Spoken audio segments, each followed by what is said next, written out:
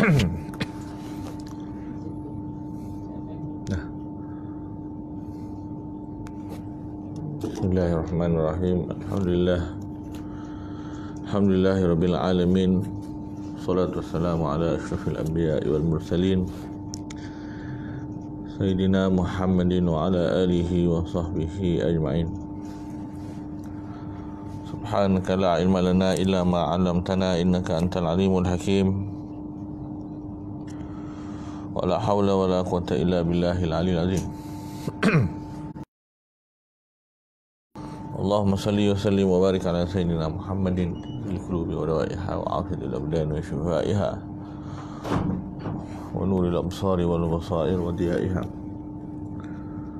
kutil arwahi wa ghizaiha wa ala alihi al-adhar wa ashabil akhyar wa ala man ala darbihi sar ila yaumil mahsyar. Amma ba'd. Khairukum bitati Islam wa assalamu alaikum warahmatullahi wabarakatuh.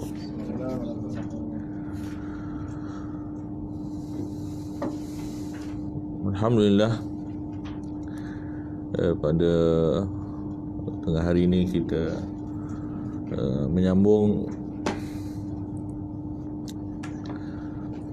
pengajian Akidah Sulaimaniyah yang kita telah tangguhkan dalam beberapa bulan yang lalu. Alhamdulillah, Allah SWT beri kesempatan untuk kita menyambung pengajian kita pada muka surat 8. Surat 8.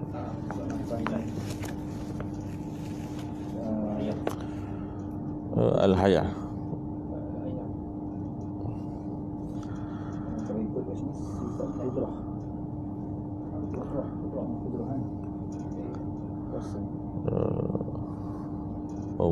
Sifat kudrah. Betul, 9 saya sambung. Ayat 9 sifat ayah tu.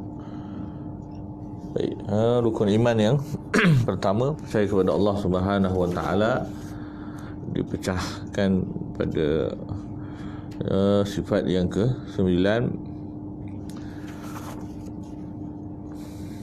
Ingat lagi ke apa yang dah baca ni? Dah berapa bulan ni?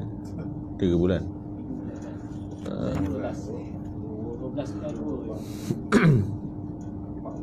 bulan. Boleh ingat apa yang dah. Jadi dalam rukun iman ini ada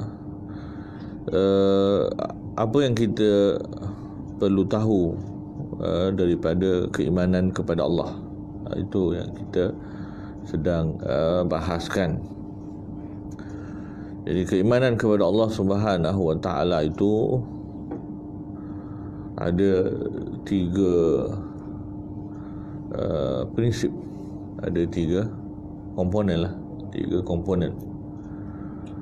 Pertama, keimanan kepada Allah itu dalam akidah ketuhanan ada pertama ma'rifah, prinsip ma'rifatullah. Ma'rifah itu maknanya kita kena kenal Allah Subhanahu wa taala.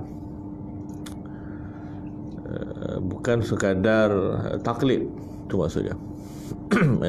Bila kita kenal Allah, maknanya bukan sekadar taklid, kenal Allah Subhanahu wa taala.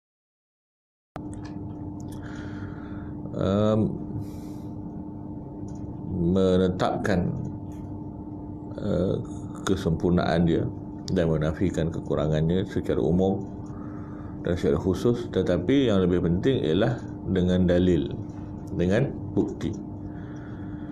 Maksudnya kepercayaan kita kepada Allah Subhanahu wa taala itu tidak boleh taklid. Tidak boleh taklid. Maknanya tak boleh ikut-ikutan. Tak boleh taklid. Itu makna prinsip pertama ialah ma'rifah, kenal Allah. Bila kata kenal ini tak boleh ikut-ikut. Apa makna tak boleh ikut-ikut? Maknanya keimanan kita itu tak boleh bergantung kepada perkataan orang lain. Tak boleh bergantung kepada perkataan orang lain. Kemudian yang kedua, prinsip keimanan kepada Allah Subhanahu Wa Taala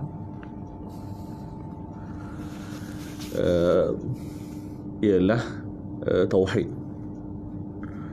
Maksudnya apabila kita mengenal Allah itu dengan dalil maksudnya apa yang kita percaya tentang Allah itu, kenapa kita percaya tentang Allah begitu?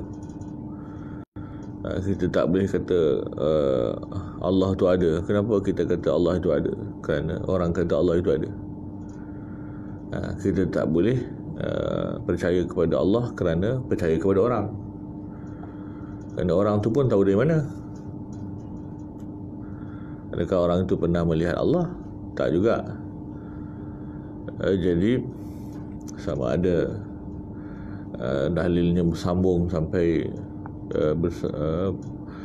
bertemu dengan Rasulullah sallallahu alaihi wasallam sendiri yang pernah mendapat wahyu daripada Allah, ataupun minimum ialah kita menggunakan akal untuk membuktikan bahawa Allah itu ada. Maha pencipta lah maksudnya. Begitu juga dengan sifat-sifat yang lain. Itu ma'rifatullah. Dan yang kedua, ma'rifatullah kita itu, kita punya pengenalan tentang Allah itu mestilah berasaskan tauhid. Bila berasaskan tauhid, maknanya bukan sahaja kita percaya Tuhan itu ada, tapi Tuhan itu itu asas kita yang kedua. Prinsip yang kedua dalam akidah ketuhanan kita ialah tauhid. Maknanya segala bentuk akidah kita kepada Allah itu mesti bawa kepada tauhid. Maksud bawa kepada tauhid ialah kita tidak menisbahkan sebarang sifat ketuhanan kepada selain Allah, dan kita tidak menisbahkan sebarang sifat makhluk kepada Allah. Itu tauhid. Boleh beza antara ketuhanan yang Maha Esa dengan segala keesaannya dan makhluk dengan segala kekurangannya. Jadi kita tidak menisbahkan kesempurnaan kepada Allah, kepada makhluk yang merupakan kesempurnaan yang sebenar milik Allah, dan tidak menisbahkan kekurangan kepada Allah yang sebenarnya itu ialah sifat makhluk. Jadi itu tauhid. Kemudian yang ketiga, prinsip yang ketiga ialah tanzih, mensucikan Allah. Mensucikan Allah ini dari sudut persamaan. Maksudnya kadang-kadang kita terlepas pandang. Apabila kita ada tauhid, kita tidak menyembah selain Allah dah, kan? Kita tak menisbahkan sifat-sifat kekurangan kepada Allah, tapi kadang-kadang menisbahkan persamaan kepada Allah. Kita ingat tak ada kekurangan dekat situ, seperti Allah Subhanahu Wa Taala itu bertempat misalnya atas langit. Kita kata apa yang tak tauhidnya kat situ, kan? Tuhan atas langit, okeylah, tauhid lah tu. Tapi masih tidak tanzih, tidak mensucikan Allah. Dia tak boleh gitu. Makrifah pun kena ada, tauhid pun kena ada, tanzih pun kena ada, iaitu mensucikan Allah daripada sebarang persamaan dengan makhluk. Apa persamaan dengan makhluk? Kelaziman baharu. Apa itu kelaziman baharu? Kelaziman baharu seperti berubah-ubah. Tuhan tak boleh berubah-ubah, sebab berubah-ubah ni sifat makhluk. Jadi bila tak boleh berubah, tak bolehlah kita kata Tuhan yang turun naik setiap malam. Jadi yang turun apa dia? Yang turun rahmat dia. Tak bolehlah kita kata di atas langit. Kenapa? Sebab itu tempat itu sifat makhluk. Maka itu asas yang ketiga. Tiga ini ialah asas akidah ahli sunnah wal jamaah. Kalau tak ada makrifah, kita taklid lah. Itu boleh kita bergoyang dalam akidah kita. Kalau tak ada tauhid, selalunya bawa kepada kufur, syirik. So tauhid syirik ini ada dua lah. Syirik kita punya i'tiqad, na'udzubillah, kalau syirik i'tiqad tu kafir, ataupun syirik arad, syirik kepentingan. Kita buat sesuatu bukan kerana Allah, itu hukumnya berdosa. Taklah kafir kan. Orang buat kerana riak, menunjuk-nunjuk, itu syirik kecil pun paling besar lah dosa dia, kan. Tapi tidak kafir. Tapi syirik besar ni, menyembah selain Allah, bergantung kepada selain Allah, itu bawa kepada kafir. Kemudian yang ketiga, tanzih. Tanzih inilah kalau kita tak lengkap tanzih ni, selalu keluar daripada ahli sunnah wal jamaah. Ini cerita tanzih ni. Bila tanzih ni, ini yang ramai faham sesat kat sini. Mu'tazilahnya, Mujassimahnya, Syiahnya, Khawarij. Ini semua pecahan daripada apa? Pecahan daripada tidak tanzih kepada Allah. Begitu ya. Jadi ahli sunnah wal jamaah ni tiga ni diikat betul. Ma'rifah maknanya mesti mengajilah akidah ni, tak boleh kita ikut-ikut. Dan yang kedua, tauhid supaya tak jatuh kepada kufur. Dan yang ketiga, tanzih supaya tak sesat. Fahaman-fahaman ni taklah kafir. Yang kata Mu'tazilah apa semua ni, kita tak kafirkan, tapi sesatlah. Sesat ni maksudnya dosanya paling besar. Antara buat maksiat dengan sesat dalam akidah, sesat dalam akidah lebih besar dosanya. Itu yang dikatakan bid'ah lebih besar daripada maksiat. Maknanya bid'ah akidah ini bukan baca Yasin malam Jumaat ramai. Itu bid'ah. Yang bid'ah yang lebih besar daripada maksiat ni bid'ah akidah ni. Sebab bid'ah yang dosa yang paling besar ialah kita buruk sangka kepada Allah. Ini fahaman-fahaman yang bawa kepada buruk sangka kepada Allah. Ya. Baik. Jadi perincian tiga ini, inilah dia. Jadi 13 sifat ini. Bagi kita faham tiga-tiga tu. Biar ada ma'rifah, lepas tu biar ada tauhid dan biar ada tanzih. Jadi inilah kita belajar ni, supaya akidah kita tu betul-betul mempertahankan tiga prinsip ini. Jadi dalam sifat-sifat Allah Subhanahu Wa Taala tadi ada, kalau nombor 1 wujud itu disebut sebagai sifat nafsiyah, sifat diri Allah itu. Nafsiyah ini maknanya sifat yang tak ada makna lain selain daripada makna diri dia. Wujud tu bila kita faham wujud, tak ada makna lain selain daripada tentang diri dia, kan? Kalau kita kata Ahmad ada tak dalam surau, kan? Yang kita tengah faham tentang sifat Ahmad ke tentang diri Ahmad itu? Kalau kita kata Ahmad ada tak dalam surau, kan? Jadi kita kata Ahmad ada. Jadi kita faham tak daripada Ahmad ada tu, dia pandai, dia handsome. Sekadar tentang diri dia saja ada, kan? Jadi bila kata sifat wujud, maknanya tentang diri saja.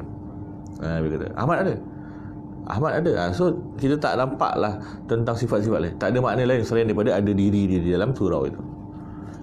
So itu dia panggil nafsiyah. Sifat wujud ni nafsiyah.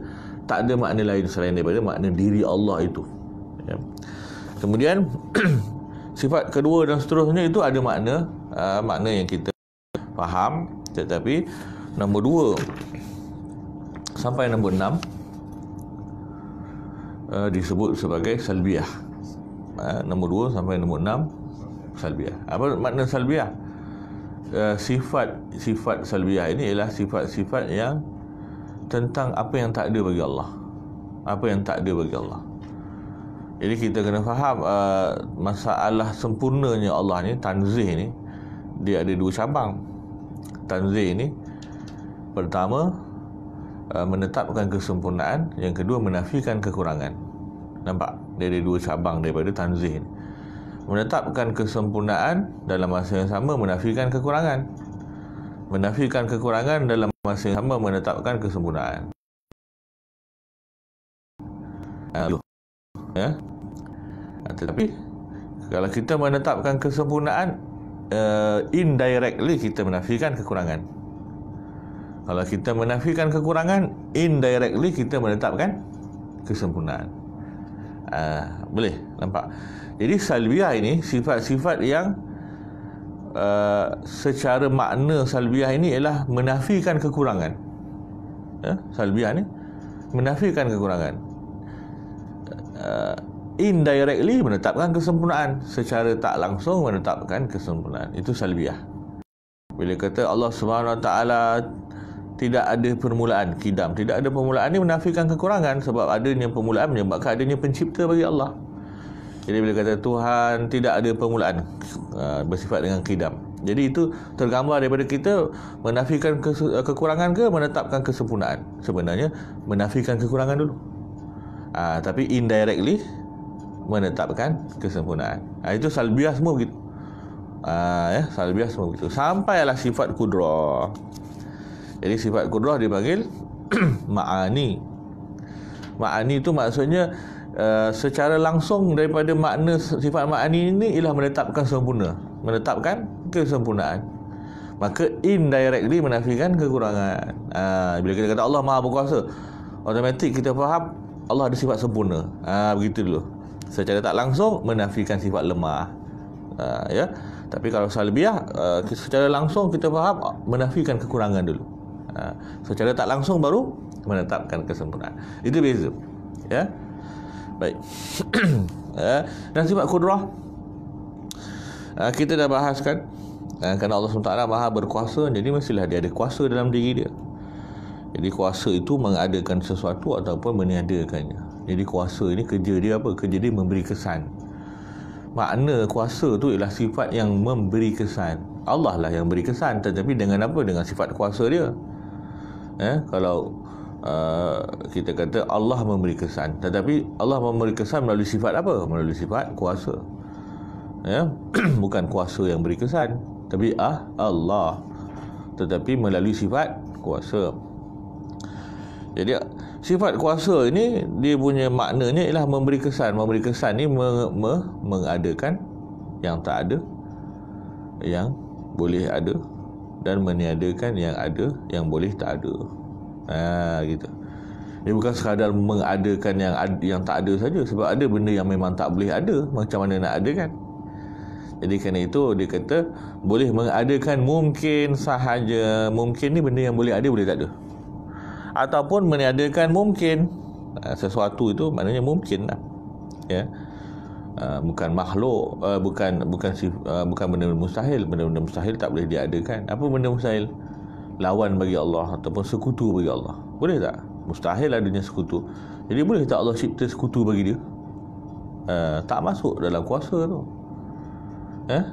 Bila kata boleh tak Allah ciptakan sekutu bagi Allah? Kata dia Maha Berkuasa. Kan? Ini biasa kalau tak belajar tauhid orang pening tak? Boleh tak Tuhan cipta Tuhan lain macam dia? Oh, sudah. Kalau tak boleh cipta, lemahlah dia. Dah dipikir begitu. Kalau boleh cipta, dah lawan dah keesaan. Macam mana tu? Itu fungsi apa? Mungkin itu. Bila kita faham kuasa ini pergi kepada mungkin saja. Jadi lawan bagi Allah ataupun sekutu bagi Allah ni mungkin ke mustahil? Mustahil. Jadi kuasa tak pergi kepada mustahil. Kuasa tak pergi kepada mustahil. Habis kalau kuasa Tuhan tak pergi kepada mustahil, lemahlah dia. Yang lemah ni bila tak boleh adakan yang mungkin, bukan tak boleh adakan yang mustahil. Contoh macam kita lah. Kita ni lalat mungkin ke mustahil? Lalat mungkin ke mustahil? Benda mungkin lah. Sebab benda tu boleh ada, boleh tak ada. Boleh tak kita adakan lalat? Itu lemah. Sebab kita tak boleh adakan yang mungkin. Maka itu maksudnya lemah. Lemah ini bukan tak boleh adakan yang mustahil. Memang mustahil tak boleh ada. Tapi lemah ini apabila tak boleh adakan yang mungkin tadi. Itu baru lemah. Jadi bila nak kata Allah lemah, maksudnya itu betul. Tapi lalat dia boleh adakan. Kita pun dia boleh adakan, apa lagi lalat. Jadi yang kata lemah ini tak boleh mengadakan apa? Yang mungkin. Kalau tak boleh adakan yang mustahil, itu bukan lemah. Nampak? Itu kena bagi tauhid. Kalau boleh mengadakan yang mustahil, mana mustahil tak mustahil dah lah. Kan bila mustahil dah tak mustahil, mana ada mustahil lah macam tu. Kalau dah tak ada benda yang mustahil, tak payah belajar lah. Semua benda boleh saja. Kan? Habis apa makna kita sembah Tuhan kita betul, sembah Tuhan lain salah? Tuhan lain pun mungkin juga benda betul. Kan? Jadi bila ada mustahil Tuhan itu ialah berhala, mustahil Tuhan itu ialah pokok kan. Tapi bila kita kata Tuhan boleh ciptakan benda yang mustahil, maknanya boleh jadi saja pokok tu Tuhan. Tak mustahil kan. Jadi apa guna kita belajar tauhid, belajar ilmu ni kan? Adalah benda-benda yang mustahil macam 2 campur 2 kan. 2 campur 2 4, 22 kan. Ada yang kata begitu kan. Ada satu video klip ringkas, ada satu budak tu, cikgu dia marah. Cikgu bukan marah, cikgu tegur, salah ni nak 2 campur 2 bukan 22, 2 campur 2 4. Marah budak tu, ngadu kat mak dia. Mak ayah dia datang. Dia kata apa, kamu salah. Yelah, saya cikgu kena ajar benda betul lah. Kalau salah, salah. Apa yang dia salah? Dia cakap 2 campur 2 22. Mustahil lah, 2 campur 2 4. Dia kata inilah masalahnya cikgu ni terlalu menghukum. Jawapan ni macam-macam boleh. Tak salah juga, 2 campur 2 22 boleh juga diterima. Yelah, maknanya, tapi itu bukan matematik lah. Tapi cikgu ni bukan matematik. 2 campur 2 1 je, wajib 4. Mustahil selain daripada 4. Tak ada mungkin 2, mungkin 22, mungkin 18. Tak, itu bukan matematik. Itu hukum alam boleh lah. Kan matematik tak boleh begitu. Sebab dia logik. Akhirnya bapak dia komplain kepada prinsipal. Prinsipal panggil, kenapa ni, apa cerita?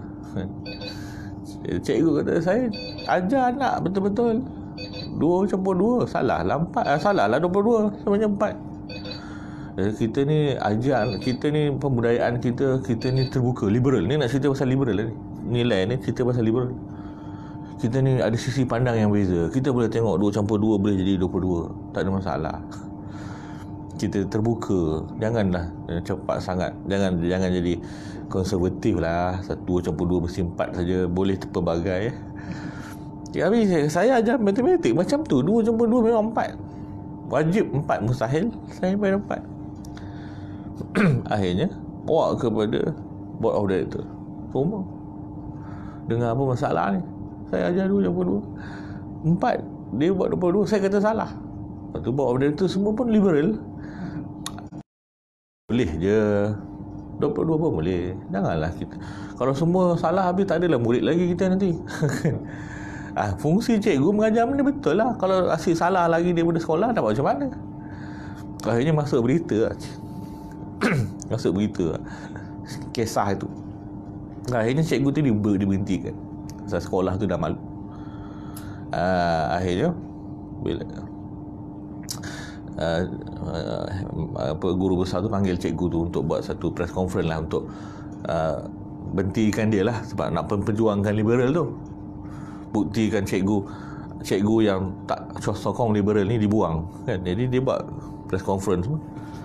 Akhirnya cikgu tu guru besar tu tulis cek, okey, kamu dah habis tamat bulan ni, sekali dengan bulan depan lah kita bagi. Jadi kamu gaji $2,000 tambah bulan depan $2,000, so jadi $4,000. Cikgu kata tak, sebenarnya $22,000. Akhirnya dia pun menggigil juga, nak salahkan, sebab dia pecat guru tu sebab 22 tu. Tapi dia dah kira 2,000 tambah 2,000, time dekat dia nak 4,000, tak boleh yang lain kan. Cikgu dia salah tu, sebenarnya 22,000. Dah kamera semua tengah rakam ni. Nak cerita kat apa, benda mustahil tu mustahil. Benda mustahil tu mustahil. Bukan, ada benda yang memang mustahil, ada benda yang mungkin. Itu dalam akidah. Jadi kudrahnya begitu, iradahnya begitu juga. Dia berkehendak kepada mungkin saja. Dia tak berkehendak kepada yang wajib ataupun yang mustahil. Sebab benda yang mustahil nak berkehendak berapa memang tak akan jadi. Benda yang wajib nak berkehendak berapa memang dah ada. Kan? Jadi yang dia berkehendak kepada mungkin. Nak adakan ke nak tak adakan. Begitu. Ya. Kemudian sifat hidup ni sifat yang ada pada zat Allah SWT yang tidak ada roh, tidak ada bersamaan dengan makhluk. Ya. Kalau tak ada sifat hidup, maka tak adalah sifat-sifat ma'ani yang lain. Tak adalah kudrah, tak adalah iradah. Nak bagi ada iradah dan kudrah ini, mesti dia ada hidup, sifat hidup. Macam batu tak ada kehendak. Kenapa batu tak ada kehendak? Sebab tak ada sifat hidup. Kan? Yang ada sifat hidup saja. Baik. Ini sampai ni je kah? Surau dia sampai isyak je. 10 minit. Itulah. Kemudian sifat ilmu, ya, sifat ilmu. Betul. Sifat ilmu ini ialah sifat mengetahui semuanya. Setiap sesuatu. Bila setiap sesuatu di sini ialah semua benda. Yang wajib pun Tuhan tahu, yang mustahil pun Tuhan tahu, yang harus pun Tuhan tahu. Tiga hukum akal ni Tuhan tahu. Benda wajib bagi akal pun Tuhan tahu. Macam kewujudan Allah kan wajib, maka dia tahulah tentang kewujudan dia. Kesempurnaan dirinya wajib, maka dia tahu tentang kesempurnaan dirinya. Ya. Dia juga tahu benda-benda mustahil, seperti sekutu bagi Allah itu mustahil. Jadi dia tahu bahawa sekutu bagi Allah itu mustahil. Apa lagi? Benda-benda harus. Allah tahu juga semua benda yang harus. Semua benda harus tu semua benda mungkin lah, yang boleh ada boleh tak ada. Jadi Allah tahu benda yang mungkin secara terperinci lah. Secara terperinci benda yang ada. Adanya macam berapa helai daun yang ada di dunia ni. Kita tahulah secara umum banyak lah. Kita kata berapa banyak? Tak terkira lah. Infinity lah. Tahu infinity? Infinity ni mana mala nihayah. Tak ada. Bagi kita daun pokok infinity je. Kita infinity. Tetapi tidak ada infinity bagi Allah. Tak ada yang tak terkira bagi Allah SWT dalam ilmu dia.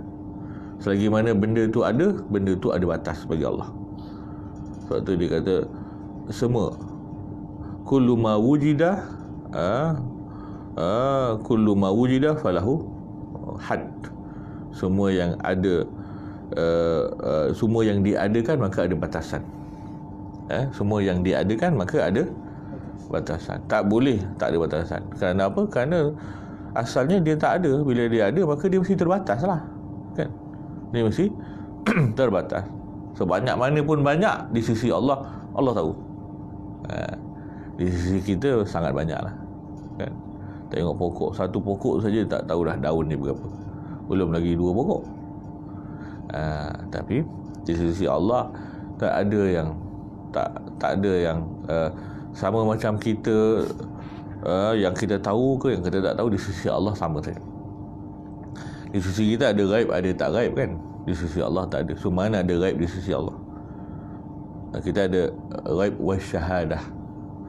Al-ghaib wasyahadah. Benda yang tak nampak dengan benda nampak. Benda yang tertutup daripada kita dengan benda yang tak tertutup. Musyahadah. Tapi di sisi Allah tidak ada yang gaib. Tidak ada yang gaib. Itu ilmu Allah. Tiada yang terselindung daripada pengetahuannya. Maknanya tak ada yang Allah tak tahu. Jadi mustahil Allah SWT itu ilmunya ada sifat baharu, ataupun dia jahil, ataupun dia terlupa. Banyaklah lawan bagi ilmu ni, ya. Maknanya mustahil Allah SWT itu tak mengetahui. Itu yang pertama. Mustahil Allah SWT itu tahunya bermula daripada tak tahu. Macam kita kena belajar dulu, kan? Dan mustahil pengetahuan Allah itu boleh hilang pula. Sama dia hilang terus, nyanyok, ataupun hilang sekejap. Lupa, kan? Lupa, hilang sekejap. Jadi mustahil Allah punya ilmu begitu, mustahil Allah punya ilmu begitu.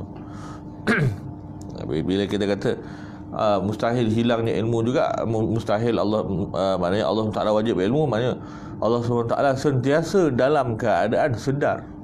Kaunuhu aliman, maknanya sentiasa dalam keadaan sedar. Kita pun kadang-kadang ada ilmu, tapi kadang-kadang dah ngantuk-ngantuk, ilmu kita pun dah separuh-separuh dah, kan? Itu sebab tu Allah SWT sebut la ta'khuzuhu sinnatun wala naum. Sebab apa? Sebab ada 2 sisi lah. Mengantuk dan tidur ini menafikan ilmu dan menafikan hidup. Menafikan ilmu dan menafikan hidup. Kalau tidur menafikan hidup teruslah, kan? Tapi taklah mati, tapi taklah hidup, kan? Tapi mengantuk ni dah ilmu pun dah hilang separuh, hidup pun dah hilang separuh, kan? ilmu dah suara dah. Dalam mesyuarat begitulah kan. Tahu tapi dah tidur, tak orang tanya dah tak boleh nak jawab. Bukan tak tahu langsung, tapi tadi dia kata Al-Hayyu Qayyum. Bila disebut Maha Hidup lagi Maha Pentadbir, akhirnya disebutlah ta'khuzuhu sinatun wala naum. Sebab apa? Hidup Allah ni bukan macam hidup kita. Hidup kita tu bukan selalu, kadang-kadang kita tidur. Hidup Allah ini tak tidur langsung. Qayyum tu betul-betul mentadbir lah. Ya. Baik. Itu ialah ilmu. Kemudian sifat sama. Sama ni apa dia? Pendengaran. Allah SWT mendengar tanpa telinga. Tak ada, tanpa terbatas kepada suara saja. Benda yang lebih halus daripada suara pun Allah boleh dengar. Ya.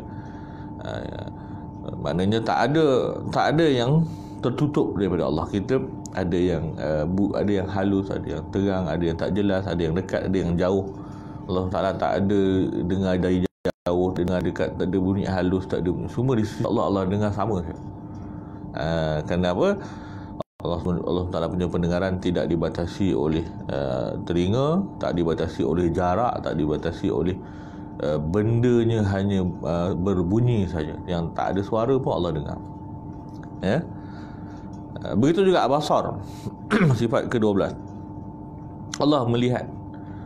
Sifat penglihatan Allah SWT itu tanpa mata. Maknanya bukan Allah tengok dengan alat. Pendengaran juga tak mendengar dengan telinga. Ya, bila Allah SWT sebut laisa kamislihi syai', Allah tak sama dengan makhluk. Tak sama, tak ada sesuatu pun yang sama dengan Allah. Kenapa tak ada sesuatu pun yang sama dengan Allah?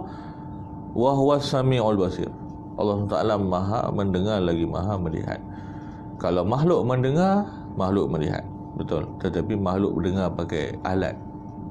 Makhluk dengar dengan telinga. Melihat dengan mata. Allah mendengar dengan tanpa alat. Allah melihat dengan tanpa alat. Dan pendengaran Allah dan penglihatan Allah tidak terbatas. Kita punya terbatas. Kita tak boleh lihat diri kita kalau tak nampak cermin kan. Allah melihat diri dia dan melihat makhluk. Kita, pendengaran kita jauh pun dah tak dengar, tetapi di sisi Allah hatta dirinya pun didengar. Macam mana? Wallahu alam. Tapi kata ulama, setiap benda yang wujud Allah dengar. Allah wujud tak? Allah wujud. Maka Allah dengar dirinya. Sama juga Allah melihat dirinya. Ya. Kita kan dengar kalam Allah kan, dengar Al-Quran dibacakan dan sebagainya, dan itu merujuk kepada sifat kalam yang ada dalam diri Allah. Baik. Kemudian sifat kalam. Sifat kalam. Berapa minit lagi?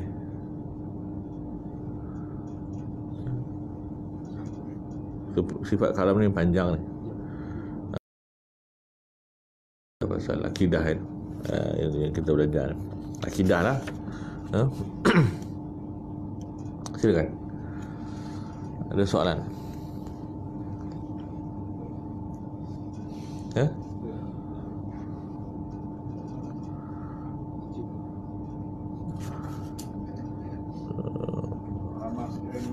Ya. Fahaman yang banyak.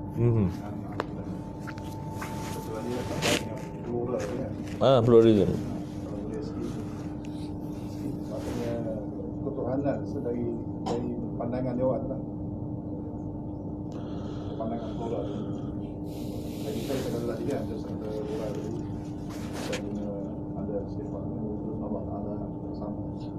Jadi dia akan macam Tuhan yang berbagai dan menyamai dengan agama.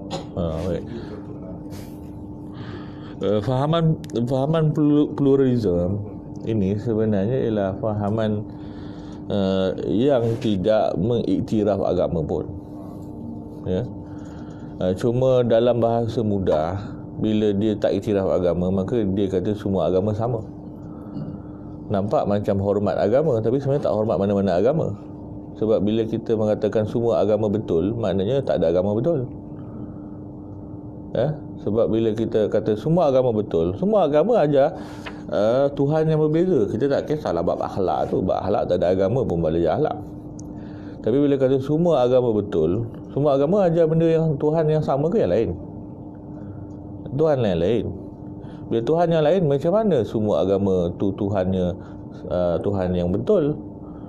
Sebab tak mungkin terhimpun dua Tuhan yang berlawanan. Mesti satu saja Tuhan yang betul, konsep Tuhan yang betul. So, kalau kita kata semua agama ajar Tuhan yang betul, sama ada kita tak tahu logik langsung, dan mustahil orang pluralisme tak tahu. Mereka dah kuat berfikir. Ataupun bagi mereka tak ada yang betul pun. Jadi tak payah bergaduh lah. Semua pun betul. Sebenarnya tak betul pun. Seorang yang pluralisme ni, dia tidak bertuhankan apa-apa. Tapi bagi dia, jangan bergaduh-gaduh lah. Dia nak cakap Tuhan tak ada pun, nanti kita semua marah. Jadi dia bagi kita semua tak marah. Sama saja semua.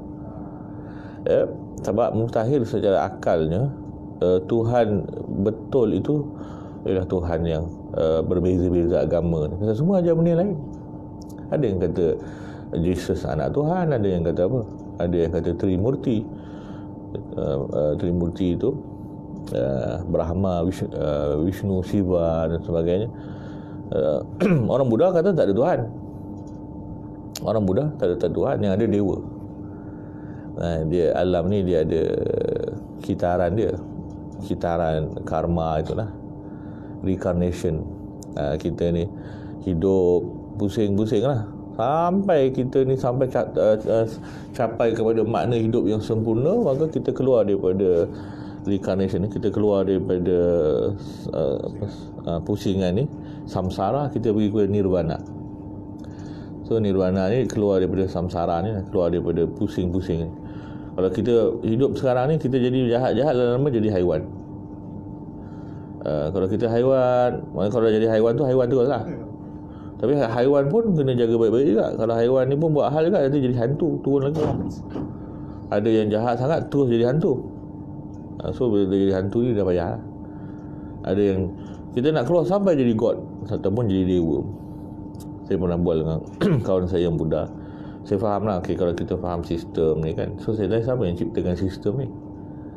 Kalau tak ada Tuhan ni, sistem ni cantik lah ni kan, karma semua kan. Tapi siapa yang ciptakan sistem ni? Dia, saya tu tak habis belajar lagi lah. Itu cikgu mungkin boleh ajar. Saya tu orang Islam, tak payah cikgu boleh ajar. Belajar tauhid tahulah Allah lah ciptakan sistem ni kan. So akhirnya dia nak jawab, habis siapa ciptakan Tuhan kamu kan? Kata, Tuhan saya tak ada siapa cipta lah. Kalau ada yang menciptakan dia, maka dia bukan Tuhan. So dia tak ada. Macam mana ada benda yang tak ada Tuhan? Macam itu saya kata, sebab benda tu tak ada permulaan. Benda yang tak ada permulaan, tak adalah pencipta. Macam mana kamu nak kata semua benda mesti ada permulaan? Ada je benda yang tak ada permulaan, iaitu Tuhan. Sebab akal tidak menafikan wujudnya sesuatu yang tak ada permulaan.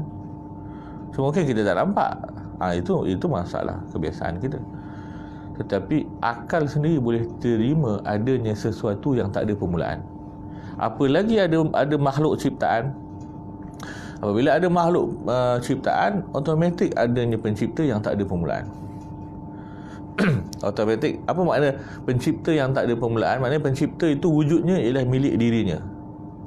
Wujudnya ialah milik dirinya. Bila wujudnya ialah milik dirinya, maka dia tidak ada permulaan. Sebab tu dia boleh bagi wujud kepada orang lain. Sebab wujud tu milik dia. Kalau tak ada pencipta ni, pencipta yang tidak ada permulaan ini, maka tak ada apa-apa. Itu logik. Kalau tak ada pencipta yang tidak diciptakan ini, maka tidak ada apa-apa. Saya syarah begitu. Itu kita kena belajar akidah ni. Nak patahkan liberal, nak patahkan etis ni. So kalau tak ada pencipta yang tidak diciptakan ni, maka tidak ada apa-apa.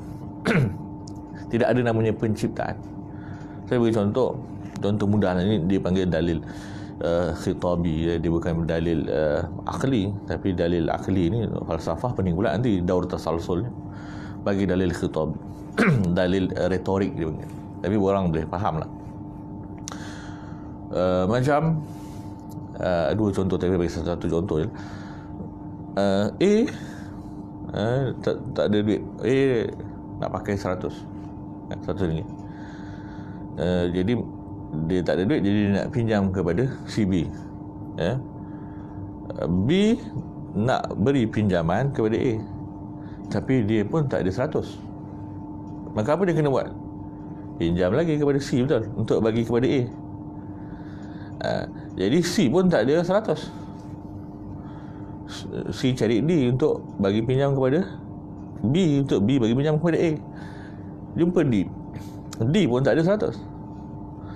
Kalau semua D jumpa E, E jumpa F, F jumpa G, semua orang tak ada 100, berlaku tak proses pinjaman tu? Berlaku tak pinjaman tu? Tak. Sampailah terhenti kepada orang yang memang ada 100 daripada diri dia, barulah akhirnya bermulanya pinjaman. Sampai kalau Z sekalipun yang ada. So Z itulah yang ada 100 yang tidak diberi 100, kan? So daripada dia lah bagi kepada Y, X, sampailah B bagi kepada A. Kalau tak, dia mesti terhenti kepada sesuatu yang memang wujud itu milik dia, maka dia boleh mewujudkan. Kalau tidak ada penciptaan sampai bila-bila. Sekarang ada penciptaan tak? Adalah, kita tengok setiap hari. Bila ada penciptaan, automatik kita faham adanya wujud yang tidak ada pencipta. Itu je, mudah. Ya. Maka ini maksudnya. Cuma bezalah dengan kitaran tadi. Sebab kitaran tu sistem. Sistem ni tidak mengadakan, dia hanya sistem. So sistem ni mesti menunjukkan adanya pencipta.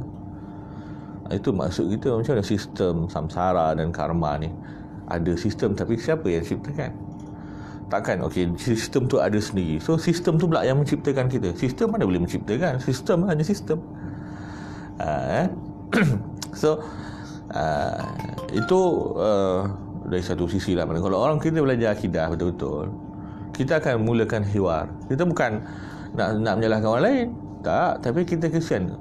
Kita kesian kat orang lain. Kita tak boleh biar orang lain dengan agamanya tanpa wacana, kan? At least kita mula bincang ataupun sampaikan dengan akhlak yang baik. Sebab tu minimum kita nak pergi kepada bukan Islam ialah dengan akhlak yang baik. Kalau tengok orang bukan Islam berinteraksi kepada kita, kita kena berinteraksi dengan yang paling baik boleh jadi. Bukan hipokrit, tetapi supaya orang tak lari daripada Islam sebab kita. Kadang-kadang kita fikir kan, aku nak jadi diri akulah, kan. Tapi dengan orang bukan Islam tak boleh jadi diri kita. Kalau diri kita tak ikut Islam, kena jadi diri Islam. Kalau kita jadi diri yang bukan ikut Islam, maka kita sudah menghalang orang daripada jalan Allah.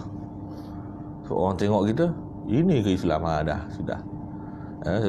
Kita ada tanggungjawab yang lebih besar kepada orang bukan Islam, iaitu jadi sebagaimana Islam nak. Walaupun tu bukan diri kita. Diri kita tu kita cubalah pelan-pelan. Tapi kepada orang bukan Islam, kita tak boleh mewakilkan selain daripada sifat Islam. Kalau tidak, secara tak langsung kita dah dipersalahkan kerana menghalang orang daripada jalan Allah. Sebab dia nak tengok agama Islam dalam diri kita tak nampak, bahkan nampak sebaliknya, habis. Wallahu alam. Itu cerita berkenaan dengan pluralism, liberalism dan sebagainya. Ini mereka ialah orang yang ada masalah dengan kewujudan Tuhan itu sendiri. Cuma wacana tak ada. Wacana kita pun dengar sifat 20 dah takut dah. Sifat 20 ada lawan yang tak ada, kejap ada, kejap tak ada, kita pun dah tak faham. Sebenarnya istilah tu kena faham betul-betul. Ini istilah debat, istilah perdebatan, dialog. Memanglah ada skillnya, kan. Kalau tak ada skill, bukan ilmu namanya. Macam mak memasak memang main letak je. Tapi bila pergi kulinari, kan, mana mesti ada dia punya istilah itu. Kalau tidak, baik belajar kat mak ya, kat rumah, kan. Kalau ada kulinari, maksudnya apa? Ada istilah dia, kan. Tapi kalau dia bukan sebagai ilmu, mungkin mak masak lagi sedap, bukan ilmu. Kadang-kadang kita buat tak jadi pun pasal kadang-kadang tak ikut kaedah yang betul, ya. Begitu akidah kita tak boleh tak ada ilmu. Sebab kadang-kadang kita tak dapat taklid benda yang betul, terutamanya zaman yang salah. Nenek kita dulu mungkinlah tak payah nak belajar payah-payah, pasal orang pun tak kacau sangat, kan. Tapi sekarang dengan ada Facebook, dengan semua benda, nenek kita pun kalau tengok Facebook tu belajar balik sifat 20, kan. Cabaran kita sekarang sangat susah, ya. Dulu orang bersawah saja, tak ada orang datang kacau pun nak cerita pasal fahaman-fahaman Kan tak ada orang datang, makcik nak dengar fahaman tak? Dia pun duduk kat sawah bendang, tak ada apa kacau. So kita, cabaran kita tengah tengok komen kawan pun tiba-tiba macam-macam fahaman yang mengomenkan. Jadi, wallahu a'lam. Naktafi bihadzal qadar, aqulu qawli hadza wa astaghfirullahal azim li wa lakum. Assalamualaikum warahmatullahi wabarakatuh.